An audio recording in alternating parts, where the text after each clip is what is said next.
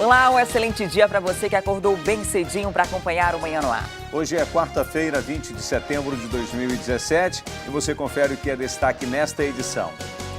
Polícia confirma que a atleta britânica foi assassinada e o corpo foi jogado no Rio Solimões. 7 pessoas participaram da morte da canoísta. O menor foi apreendido. A informação é de um adolescente de 17 anos apreendido no município de Codajás e suspeito de participar do crime. 2 adolescentes são apreendidos suspeitos de matar uma menina de 12 anos em Manaus. Depois de denúncias de consumidores, Procon fiscaliza a falta de etanol nos postos de combustíveis em Manaus. No quadro Na Ponta do Lápis, você vai saber por que esse é um bom momento para construir ou reformar. A indústria e o comércio seguraram os reajustes. Por isso, o momento é bom para construir e reformar. E você vai ver como foi o show que levou para o Teatro Amazonas música e um alerta para as causas do suicídio.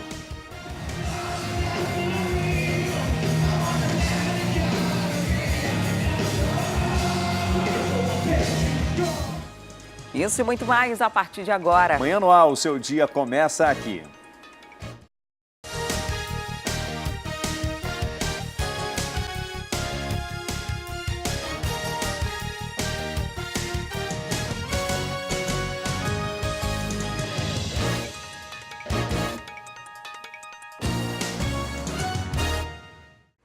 São 6 horas e 2 minutos, nós estamos ao vivo e você participa do Manhã no Ar com a gente. Manda para cá suas sugestões de reportagens, denúncias, flagrantes. É só enviar uma mensagem de áudio ou de vídeo para o nosso WhatsApp, 9225-8767.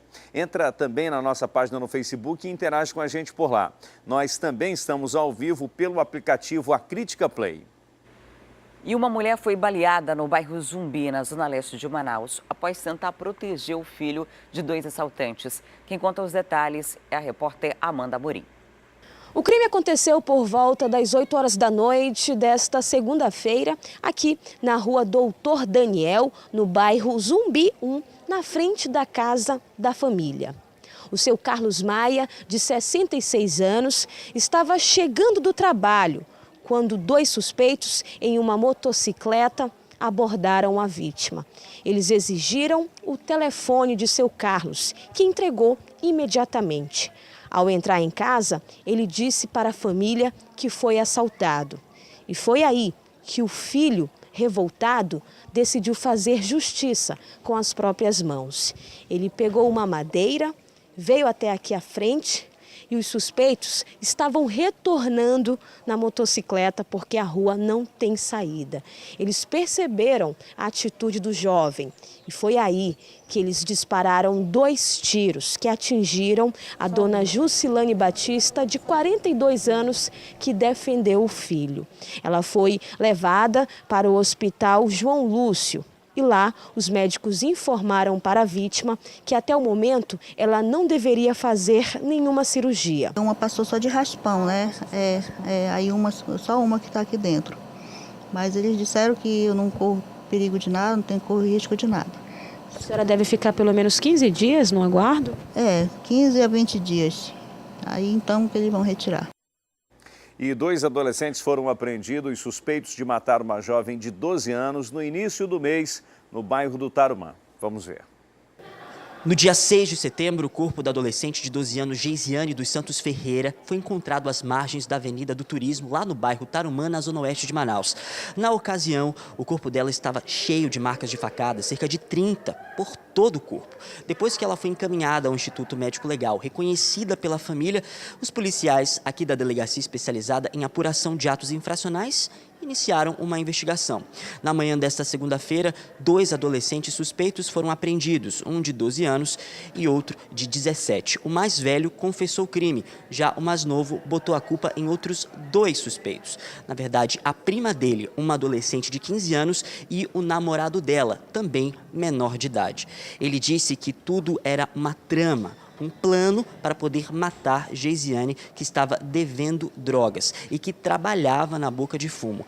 O valor dessa dívida é de R$400. Além disso, também tem uma história de que o namorado dessa adolescente de 15 anos também já teve um relacionamento com a jovem de 12, Geisiane. Por isso, também há a questão dos ciúmes. Ainda tudo está sendo apurado pela delegacia especializada. Os adolescentes foram ouvidos durante toda a segunda-feira e hoje também foram ouvidos aqui na sede da DEAI. Em depoimento, um deles confessa, né, que teria dado as facadas, o que supostamente teria sido traído, que ele namorava com a garota, e o outro disse que estava somente no local dos fatos quando aconteceu. Continuam as investigações para tentar esclarecer, até porque a quantidade de facada foi muito grande, né, nela, para tentar ao menos esclarecer alguns detalhes que ainda não se encaixam. Eu acredito que tenha outros envolvidos, sim. A informação que a gente ainda tem, ela tinha passagem aqui pela DEAI por tentativa de roubo. Ela era isca para atrair mototaxista. 12 anos. 12 anos. Faz mais ou menos um mês que ela deu entrada aqui. Tem a questão de um outro corpo que foi encontrado próximo ao local onde Geisiane também foi achada. O corpo do homem, que até o momento não tem o nome revelado, pode ter ligação com esse crime. Os jovens que foram apreendidos na segunda-feira negaram, mas a polícia também acredita que pode ter ligação. E um comerciante foi baleado durante um assalto no bairro Zumbi. O homem foi atingido no olho quando se preparava para fechar o estabelecimento. 14 de setembro. É noite de quinta-feira na rua Cacique Ângelo, no bairro Zumbi dos Palmares, zona leste de Manaus. Observe esse jovem que aparece descendo da moto no vídeo. Ele está à procura da melhor oportunidade para roubar. O jovem caminha até em frente a uma lan house. Observa, mas não se agrada. Sendo assim, resolve andar pela rua. É nesse momento que ele encontra o alvo certo, uma loja de roupas infantis. Mas o bandido passa direto. Tudo faz parte do disfarce. Segundos depois, ele aparece e entra na loja. Aqui do lado de dentro da loja, onde eu estou, estava Marli, a vendedora. E ao lado do caixa, Fagner, o proprietário. Eles estavam conversando e se preparavam para fechar a loja. De repente, Marli observa o jovem entrando. Como toda boa vendedora, ela se aproxima e pergunta: em que posso ajudá-lo? O jovem, que aparentava ser cliente, logo se revela como um criminoso. Ele levanta a camisa e mostra o revólver que está na cintura. Em seguida, anuncia o assalto. A partir desse momento, Marli e Fagner entram em desespero. A mulher ficou tão aflita que veio até aqui o balcão e disse: olha, nós não temos nada, não vendemos nada hoje, não tem nada no caixa. Olha só o caderno aqui, as anotações. Não vendemos nada. O bandido não se dá por satisfeito. Não quer sair da loja com as mãos abanando. Então ele diz: tá, tudo bem, então eu quero os celulares. Eu quero os celulares, pode passar no celular. Fagner pega o celular, mas antes de entregar, ele faz um pedido. Eu queria retirar o chip do meu celular. O bandido faz o sinal positivo. E no momento em que Fagner entrega o celular, talvez com medo, sim, pois existia uma arma apontada para ele, ele acaba levantando o braço, assustado. É nesse momento que o pior acontece. O criminoso achou que Fagner fosse reagir ao assalto. E é nesse momento que ele atira. A bala atingiu o antebraço esquerdo, transfixou e pegou no olho da vítima. Nessa hora, ao ouvir o disparo, Marli, com medo, acaba correndo aqui para a parte de trás para se esconder. Já o criminoso conseguiu fugir sem levar nada e deixando as piores sequelas para a vítima, que, ferida, foi levada às pressas para o hospital. Sei que ele tinha morrido. Aí eu imaginei que ele fosse atrás de mim, né? Que eu corri aí para dentro. Aí eu imaginei que ele... Aí eu fiquei sem poder sair de lá, pensando que ele estava aqui, morto, e ainda estava querendo me pegar, né? Eu fiquei com medo. Nessa hora aí eu só pedi a proteção de Deus mesmo. Aí eu olhei dali da porta, eu vi só já o sangue aqui, aí eu saí correndo atrás dele, ele já estava do outro lado gritando para ela, para minha patroa, para ela vir acudir ele, né? A vítima baleada é Fagner Braga Dias, de 38 anos. O empresário ficou internado na UTI do Hospital João Lúcio durante 4 dias, mas hoje o quadro de saúde dele é considerado estável. Mas não está fora totalmente de perigo, porque ele está precisando de 3 especialistas para acompanhá-lo. Estou rodando, correndo atrás para ver se eu consigo transferir ele, que é para poder ele ter uma assistência melhor. Ainda segundo a esposa de Fagner, esse não é o primeiro roubo que acontece na loja. Assalto mesmo, essa é a 2ª vez. Uma outra vez também teve um arrombamento. Teve uma outra vez também no ano retrasado que teve um assalto aqui, mas também eles não usaram violência dessa forma, usaram ameaça. E agora aconteceu essa tragédia, né? E isso não está acontecendo tipo assim só na minha loja. Aqui na Redondeza, por exemplo, aqui a Lan House já teve inúmeros assaltos. O motoqueiro chega e faz assalto aí também na moça aí do lado. Aqui há uns 15 dias atrás também tem um lanche aqui na frente, foi assaltado, levaram o celular dela. Então assim, a nossa área está bem perigosa. E eu nunca imaginei que nós chegaríamos a esse ponto aqui, né? Porque sempre foi um lugar tranquilo. E a polícia prendeu um homem após tentar roubar um taxista na manhã de terça-feira no bairro Colônia Oliveira Machado, na Zona Sul. 2 mulheres foram usadas como iscas para atrair a vítima. Vamos ver. Antônio Farias de Souza, de 45 anos, mais 2 amigas, este trio que aparece nessa fotografia, estavam na segunda-feira, segundo palavras do próprio Antônio na delegacia, depois de uma noite de curtição andando nas ruas aqui da Zona Sul de Manaus, na Colônia Oliveira Machado. O trio decidiu então fazer um assalto. As mulheres deram sinal, pararam um táxi e aí o trio entrou no táxi. Acontece que dentro do veículo, o Antônio se posicionou estrategicamente atrás do motorista e no momento em que eles anunciaram o assalto, o criminoso colocou uma faca no pescoço da vítima. Depois que eles anunciaram o assalto, as mulheres foram que ficaram responsáveis por roubar o dinheiro, os objetos do taxista. Mas em um momento de distração do Antônio, que segurava a faca, o motorista, o taxista, conseguiu fugir do veículo, pediu ajuda da polícia e da população. As mulheres conseguiram fugir, mas a população conseguiu prender o Antônio, que foi inclusive agredido até a chegada dos policiais. O Antônio foi preso e trazido aqui para o 2º Distrito Integrado de Polícia na Zona Sul da cidade.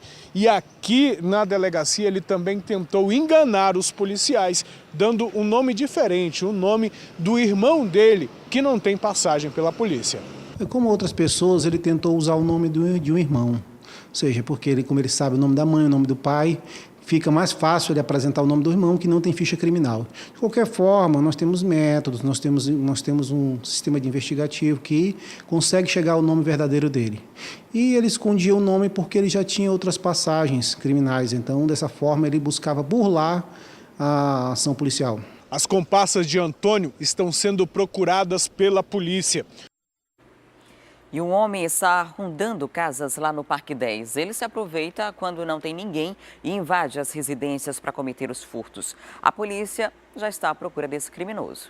O suspeito ainda não foi identificado pela polícia, mas já furtou aproximadamente 9 residências aqui no bairro Parque 10. Uma dessas casas foi alvo do bandido pelo menos 2 vezes. Nessas imagens é possível perceber ele empreendendo fuga com os produtos do furto.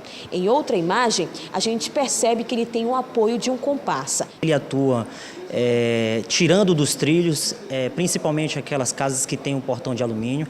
Após ele coloca no trilho esses portões e aí dentro de casa ele se utiliza de materiais normalmente utilizados na construção civil, como martelos, pás, para conseguir aí acesso às residências, né? Existem já imagens que possivelmente auxiliarão aí a polícia no sentido de identificar esse suspeito. Pedimos a colaboração da sociedade, da população, sobretudo os comunitários aqui da região do Parque 10 e inclusive ele tem se valido também do apoio de um veículo da marca Renault. Esse veículo inclusive encontra com as laterais os 2 paralamas dianteiros danificados e sem as calotas dianteiras. Então peço o apoio da população e da comunidade para quem tiver qualquer tipo de informação, passe aqui no 23º DIP e nos informe acerca desse criminoso e com certeza nós estaremos aí realizando as buscas com o fim de tirar esse indivíduo de circulação. Tá aí o recado, se você reconhecer esse homem que aparece nas imagens, você pode se dirigir aqui ao 23º DIP que fica no bairro Parque 10, ou a sua identidade vai ser mantida em sigilo. E se você tiver alguma informação sobre o paradeiro desse homem, basta entrar em contato com o 23º DIP. O telefone é o 981 16 90 99. E bandidos assaltaram uma casa em Parintins e levaram vários objetos. Até as portas e o portão da frente da casa foram roubados. Furtos a residências aqui na zona sul de Parintins têm aumentado nos últimos anos. Essa casa aqui é situada na rua 14 do bairro Paulo Corrêa, que pertence a um casal e foi comprada há 4 meses, foi furtada no final de semana. O casal foi passar o final de semana no interior e quando retornou aqui à residência, viu a casa toda bagunçada. Os bandidos, eles arrombaram aqui esse portão que dá acesso à residência, caminharam até aquela porta aqui, essa porta de ferro. Também danificaram a porta de ferro aqui, arrombaram e tiveram acesso ao imóvel. Eles levaram toda a fiação da casa, danificaram aqui a parede, a porta, o banheiro e levaram todos os eletrodomésticos, os imóveis da residência. Todos os pertences deixaram a casa numa bagunça total, só papel rasgado, preservativo no chão, resto de uso de droga, as pias todas quebradas, destruíram totalmente lá por dentro da casa, o forro da casa. Destruíram todo, não ficou nada na casa. Além de levar os eletrodomésticos, as roupas, tudo aqui do local, eles ainda levaram aqui a porta do banheiro e também o portão da casa. Quem souber onde estão esses bandidos, que denuncie a polícia. Se alguém aparecesse vendendo, né, chamasse a polícia porque é roubo. E agora mais um caso de furto à residência, só que nesse caso específico, o ladrão era conhecido da vítima, já tinha prestado inclusive serviço para ele. O dono da casa descobriu que o crime tinha acontecido logo quando acordou. O Emanuel Cardoso tem os detalhes.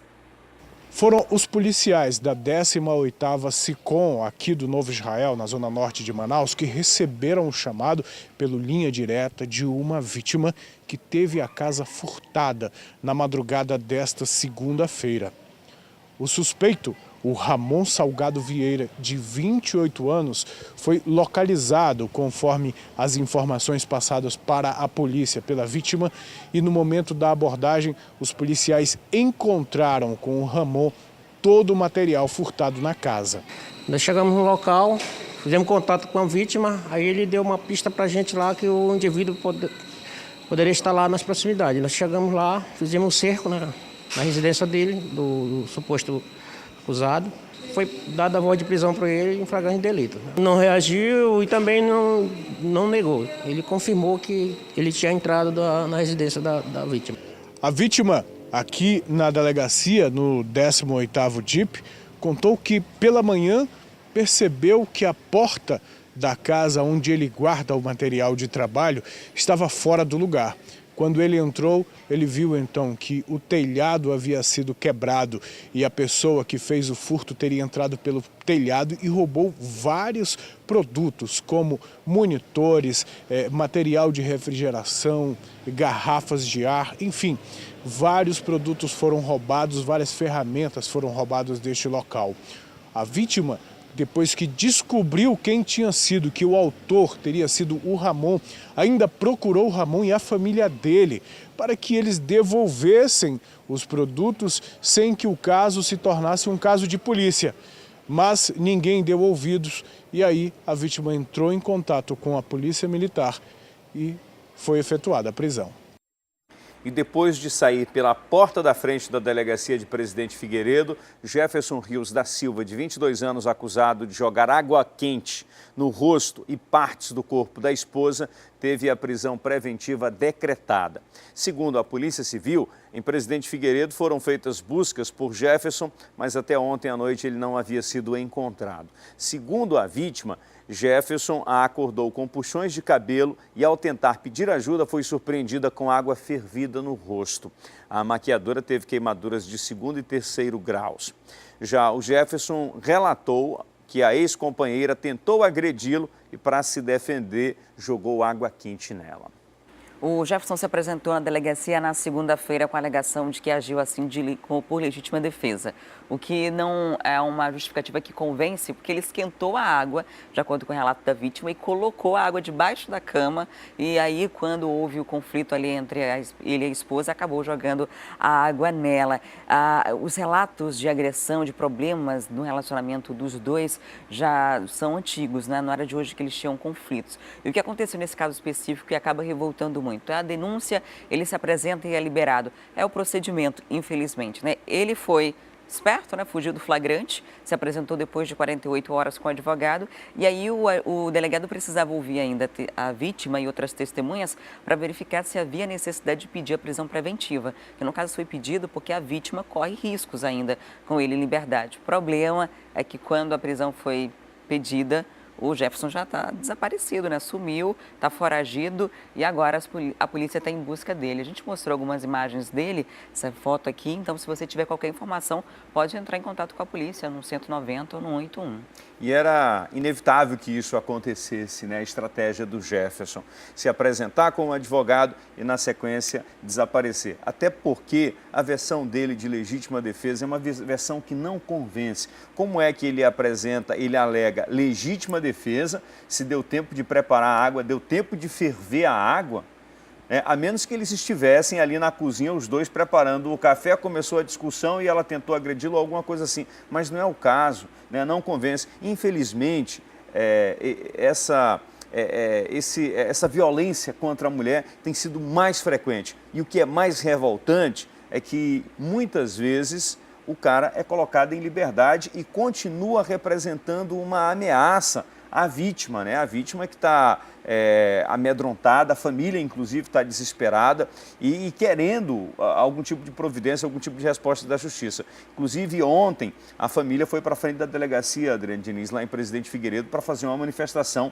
pedindo a decretação da prisão do Jefferson. Isso aconteceu depois do protesto, né? Depois da pressão dos familiares e amigos da vítima.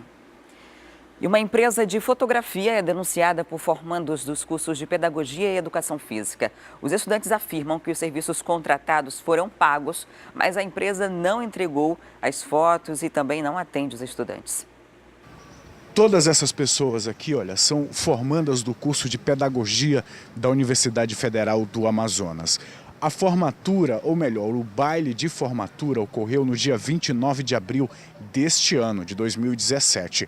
Em 2016, elas contrataram um buffet e contrataram também um fotógrafo. Passaram o ano inteiro pagando esses serviços. Acontece que o buffet cumpriu com a parte do contrato, mas, segundo elas, a pessoa contratada para fazer o trabalho de fotografia não cumpriu com o estabelecido. A empresa foi essa, Emotion Photocine, Foto e Cine, melhor dizendo. E a obrigação dessa empresa era fazer o registro fotográfico, entregar um CD com as fotos do evento, entregar um álbum com 70 fotos para cada um dos 23 estudantes que pagaram mais de R$900 ao longo do ano e, no fim, também apresentar uma placa com a foto de toda a turma. Eu vou perguntar da Beatriz, que foi uma das alunas que contratou esse serviço, o que foi contratado foi cumprido por essa empresa, Beatriz? Olha, 25% do contrato do fotógrafo foi cumprido. A partir do momento do DVD, ele simplesmente pegou todas as fotos de qualquer evento e jogou nesse DVD. Só que não foi tratada as fotos, simplesmente foram jogadas num DVD para que a gente pudesse ficar esperando a boa vontade dele. Depois disso, ele sumiu, ele simplesmente desapareceu. Tentamos entrar em contato, tanto por mensagem, por celular, ele não atendia. Ele visualizava, mas não atendia. Qual foi o prazo máximo dado para vocês em que seria entregue o álbum e a placa que vocês ainda estão aguardando? Olha, a nossa formatura foi dia 29 de abril. 45 após a formatura, nos seria entregue o DVD com fotos tratadas. Depois seria entregue um link, né, para o nosso e-mail. E logo em seguida seria entregue nosso álbum.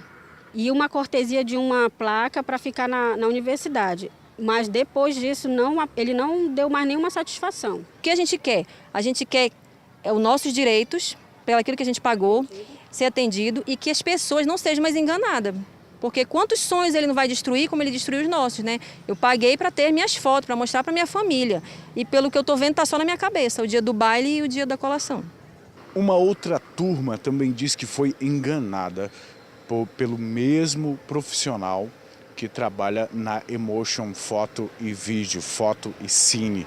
A turma da Jomara, uma turma de educação física de uma faculdade particular, que formou em 2016, contratou o trabalho em 2015, no fim de 2015. O último registro fotográfico ocorreu em junho do ano passado e agora, mais de um ano depois, Jomara, vocês receberam tudo aquilo que vocês contrataram? Então, a gente recebeu até o link para selecionar as fotos, tudinho. O que está faltando para a gente fechar o contrato com o Anderson são os álbuns, que ele enrola a gente já tem bastante tempo, 1 ano e pouco. E o último contato que ele fez com a gente foi em março, que deu prazo até o dia 15 de abril, e ele não cumpriu. E também bloqueou toda a turma no Facebook, no Instagram, no WhatsApp. Isso é revoltante. Demais.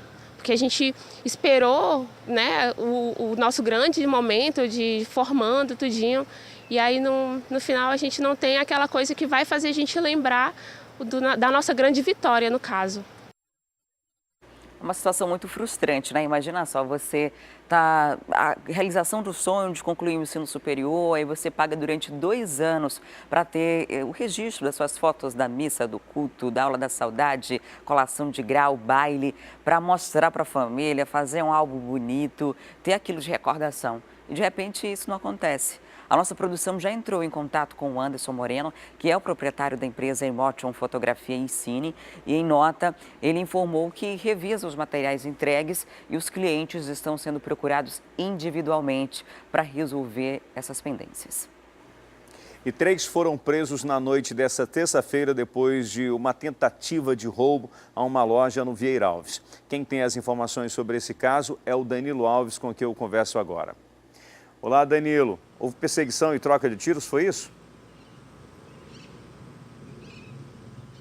Oi, Wilson. Bom dia para você. Pois é, de acordo com a Polícia Militar, houve sim.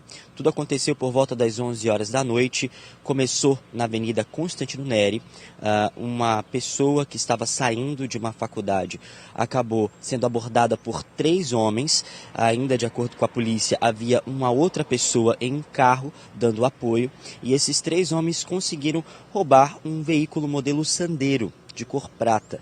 Depois que eles roubaram esse carro, a Polícia Militar, que estava fazendo um patrulhamento ali pela Avenida Constantino Neri, viu que esses 3 suspeitos estavam em uma atitude diferente quando começaram a fazer ali o trabalho de abordagem. Durante esse trabalho de abordagem, você já viu, né? Eles não pararam para a polícia, continuaram a percorrer a Avenida Constantino Neri e iniciou-se uma perseguição. Lá na Avenida Pará, no bairro Nossa Senhora das Graças, foi onde acabou tudo. A polícia conseguiu prender os 3 suspeitos depois de uma troca de tiros. Mas, apesar da polícia afirmar que houve essa troca de tiros, nenhuma arma foi encontrada com os suspeitos depois que eles foram trazidos aqui para o 12º Distrito Integrado de Polícia. O delegado plantonista conversou com a gente e deu os nomes desses suspeitos.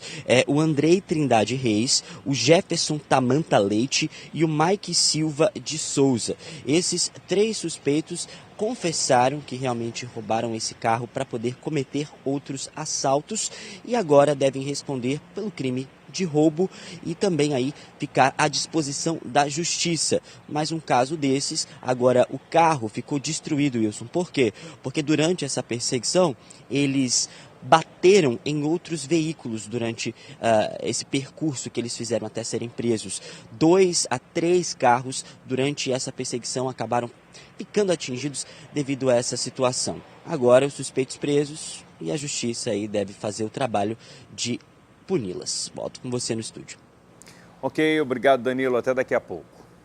E lá em Manacapuru, uma jovem foi atropelada por um mototaxista na faixa de pedestre. Mas ele fugiu sem prestar socorro. E a situação piorou ainda mais porque a vítima teve de ser removida para o hospital na carroceria de um carro, porque o município está sem ambulâncias.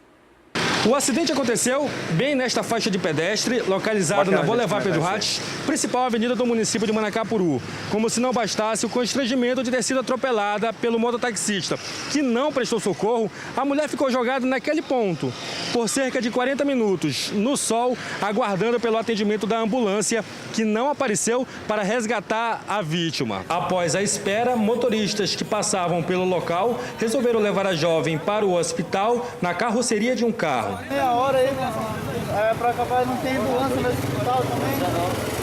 De acordo com a Secretaria Municipal de Saúde, a Prefeitura de Manacapuru recebeu as 5 ambulâncias do município totalmente sucateadas e 4 estão paradas em oficinas com problemas mecânicos. Apenas uma estaria realizando o serviço de transporte de pacientes. E, inclusive, na hora do acidente da jovem, esta estava transportando um paciente para Manaus. Já o Corpo de Bombeiros, que também é responsável pelo resgate de vítimas de trânsito na cidade, informou que a única ambulância que serve o município também está com problemas mecânicos. Manacapuru é uma espécie de polo, né, que atende municípios ali próximos e também comunidades. E a hora que a gente está falando de uma cidade que é praticamente um bairro de Manaus, a 1 hora de carro, 1h20, você está lá no município de Manacapuru. E lá os moradores estão enfrentando uma situação dessa. Não tem uma ambulância sequer. Imagina num caso mais grave, Adriane Diniz, onde o paciente precisa de um atendimento especializado, precisa de um transporte especializado até a unidade de saúde. É uma situação humilhante, né? Ser atendida dessa forma, ser levada para o hospital na carroceria de um carro particular. A prefeitura disse, não, nós temos 5 ambulâncias, mas 4 não funcionam. Acho que não adianta de nada, né? E a outra estava sendo usada para transportar uma pessoa para Manaus. Uma situação que precisa ser revista, porque apesar da prefeitura ter assumido que de fato não tem essa estrutura, também não disse que vai providenciar, não disse que vai fazer nada para mudar essa realidade. Ainda bem que a mulher não teve ferimentos graves. Ela foi hospitalizada lá no Hospital Lázaro Reis, apresentando escoriações. Ela recebeu os primeiros socorros e em seguida foi submetida a exames e liberada. Vamos falar agora do caso da britânica. A polícia confirmou que ela de fato morreu, né? A Emma Kelty, de 43 anos. Ela foi vítima de latrocínio, ou seja, roubo seguido de morte. Um adolescente de 17 anos, suspeito de participação no crime, foi apreendido e contou detalhes para a polícia. Ele disse que mais 6 pessoas estão envolvidas na morte da britânica. Emma Kelty, de 43 anos, foi assassinada. A informação é de um adolescente de 17 anos, apreendido no município de Codajás e suspeito de participar do crime. Segundo a Polícia Civil, outro menor de 17 anos foi apreendido e um homem conhecido como Alfinete já está preso em Coari. Um dia antes do desaparecimento, a atleta postou em uma rede social que avistou um barco com cerca de 30 a 50 homens armados com rifles e flechas. No dia 10 de setembro, fez a seguinte postagem. Ela disse que em Coari, ou perto, a 100 quilômetros acima do rio, o barco dela seria roubado e que ela seria assassinada. Emma montou acampamento numa área conhecida como Ilha do Machado, um trecho que fica entre os municípios de Coari e Codajás. O local onde foi encontrado o caiaque da esportista é considerado pelas forças de segurança como rota do tráfico de drogas.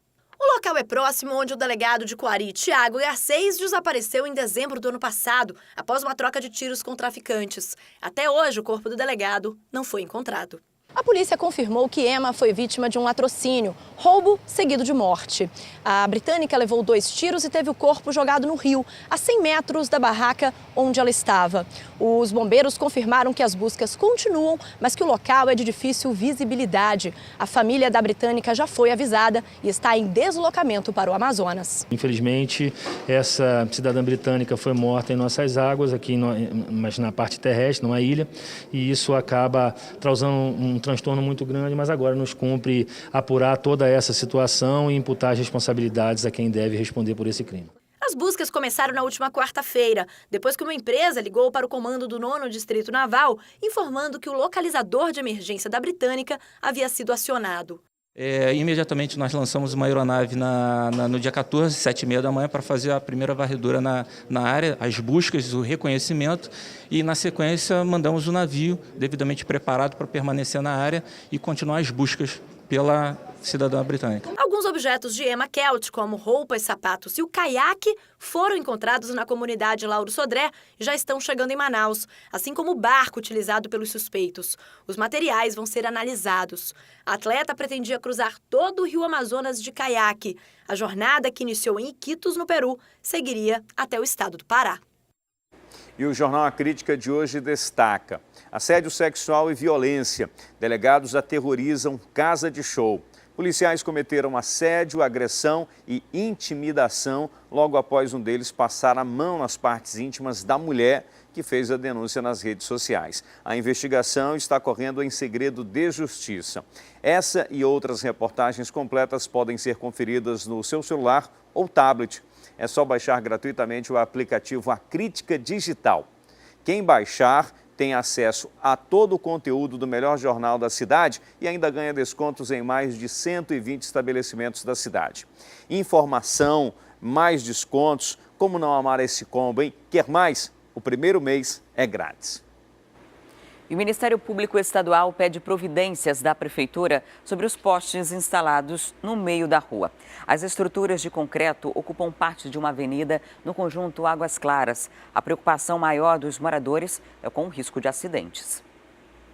O inquérito civil para apurar a situação foi instaurado depois que nossa reportagem esteve na Avenida Antônio Teles no último dia 4. De acordo com moradores do local, os postes estão lá desde que as ruas eram de terra e permaneceram mesmo depois do processo de urbanização na área. Para o Ministério Público, a situação é inaceitável. A rua é para tráfego de veículos e não é para ter um poste no meio. Agora, a Secretaria Municipal de Infraestrutura terá 10 dias para prestar esclarecimentos e apresentar medidas para a retirada dos postes. Na verdade, se eles não removerem, o mais rápido possível, nós entraremos com ação judicial obrigando o poder público a retirar o poste no meio da rua, porque é um absurdo. A Eletrobras Amazonas Energia pode ser chamada também se criar obstáculos à remoção desse poste. E depois do intervalo comercial, a gente vai falar sobre a fiscalização do PROCON sobre a falta de etanol nos postos de combustíveis. A gente traz ainda oportunidade de emprego e aprendizagem. É um instante só, não saia daí.